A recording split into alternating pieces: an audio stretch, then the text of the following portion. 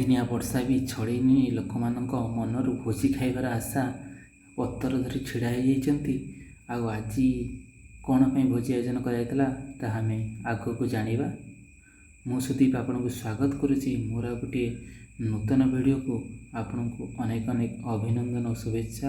ପ୍ରଭୁ ଜଗନ୍ନାଥଙ୍କ କୃପାରୁ ଆପଣମାନେ ଭଲରେ ଥିବେ ନିଶ୍ଚିନ୍ତ। ଆଉ ମୁଁ ବର୍ତ୍ତମାନ ଆସି ପହଞ୍ଚି ଯାଇଛି ଆମ ଗ୍ରାମ ଦେବତୀ ମନ୍ଦିର ପାଖରେ। ଆଉ ଆଜି ଥିଲା ବୈଶାଖ ପୂର୍ଣ୍ଣିମା।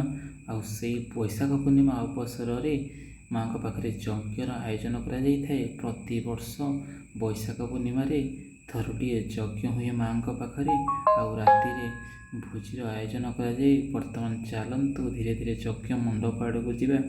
ଯଜ୍ଞ ମଣ୍ଡପ କେମିତି ପ୍ରସ୍ତୁତ ହୋଇଛି ଦେଖିବା। ମୁଁ ବର୍ତ୍ତମାନ ପହଞ୍ଚି ଯାଇଛି ଆସି ଯଜ୍ଞ ମଣ୍ଡପ ପାଖରେ। ନନାମାନେ ତିନି ନନା ବସିକି ସବୁ ଯଜ୍ଞ କୁଣ୍ଡ ପ୍ରସ୍ତୁତ କରିଛନ୍ତି, କଳସୀ ବସେଇଛନ୍ତି, ଧୂପ ଦୀପ ନୈବେଦ୍ୟ ସବୁ ପ୍ରସ୍ତୁତ କରି ଠାକୁରଙ୍କ ପାଖରେ ଲଗେଇକି ସୁରୁଖୁରୁରେ ଯଜ୍ଞର ଆୟୋଜନ କରାଯାଇଛି। ଆଉ ମୋତେ ଜଣେ ଦେଖି ହସି ଦେଉଛନ୍ତି, ଆଉ ଜଣେ ଦେଖି ରାଗି ଯାଉଛନ୍ତି। ଆଉ ଚାଲନ୍ତୁ ଦେଖିବା ମନ୍ଦିର ପ୍ରାଙ୍ଗଣକୁ ଯିବା, ମାଆଙ୍କର ଟିକେ ଦର୍ଶନ କରିବା। ମାଆଙ୍କର ଦର୍ଶନ କରି ବହୁତ ଖୁସି ଲାଗିଲା। ଦେଖିପାରୁଛନ୍ତି ମାଆ କେତେ ସୁନ୍ଦର ଦେଖାଯାଉଛନ୍ତି। ତାପରେ ଆଗକୁ ଯିବା, ଚାଲନ୍ତୁ ଦେଖିବା। ଆଗରେ ବହୁତ ଗୁରୁଜନମାନେ ବସିଛନ୍ତି, ଆଉ କିଛି କୁନି ପିଲା ମଧ୍ୟ ବସିଛନ୍ତି। ଆଉ ଆଗରେ କିଛି ଭାଇମାନେ ସବୁ କାମରେ ବ୍ୟସ୍ତ ଅଛନ୍ତି, କାହିଁକି ନା ରୋଷେଇବାସ ହେବ। ବର୍ତ୍ତମାନ ଖରାବେଳ ସମୟ। ଆଉ ବର୍ତ୍ତମାନ ପରିବା କଟା ଚାଲିଛି, ଆଳୁ କଖାରୁ ସାରୁ ସବୁ କଟା ଚାଲିଛି ଦେଖିପାରୁଥିବେ।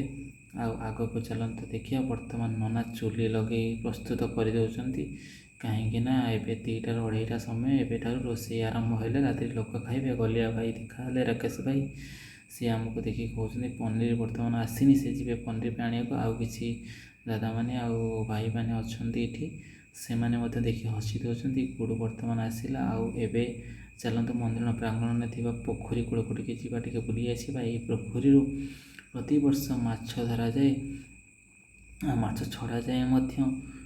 ଆଉ ବର୍ଷକୁ ଥରୁଟିଏ ଏଉଠୁ ମାଛ ଉତ୍ପାଦନ କରାଯାଏ।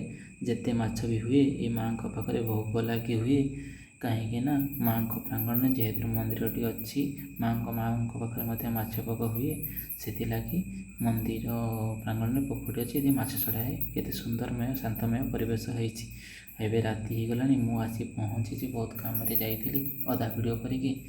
ଆଉ ଆଜି ଅଦିନିଆ ବର୍ଷା ହେଇଛି, ଆପଣମାନେ ଦେଖିପାରୁଥିବେ। ବର୍ଷାରେ ଚାରିଆଡ଼େ ଜଳମଗ୍ନ ହୋଇଯାଇଛି। ହଠାତ୍ ମେଘ ମାଡ଼ି ଆସିଲା।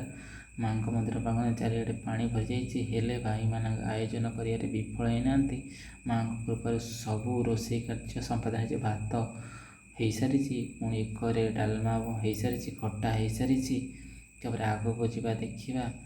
ଆଗରେ ମଧ୍ୟ ଆଉ କିଛି କ୍ଷୀରି ବି ହେଇସାରିଛି, କେତେ ସୁନ୍ଦର ଦେଖାଯାଉଛି। ଭାତ ବଢ଼ା ହେଇକି ରହିଛି, ଆପଣମାନେ ଦେଖୁଥିବେ।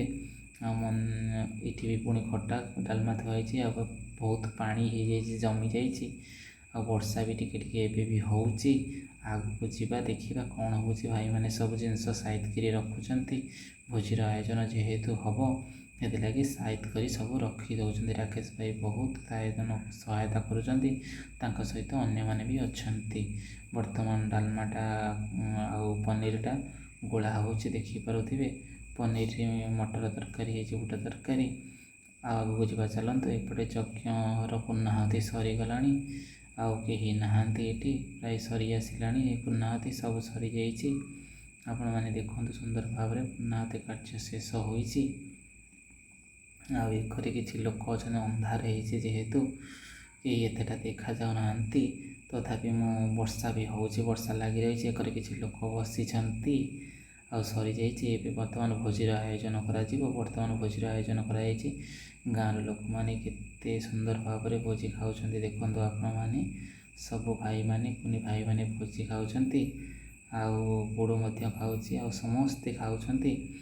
ଆଉ କିଛି ଭାଇମାନେ ମଧ୍ୟ ଦେଖିକି ହସି ଦେଉଛନ୍ତି। ଭଲ ଅଛି। ମୋ ଭିଡ଼ିଓଟି ଭଲ ଲାଗିଥିଲେ କମେଣ୍ଟ ସେୟାର କରିବାକୁ ଭୁଲିବେନି।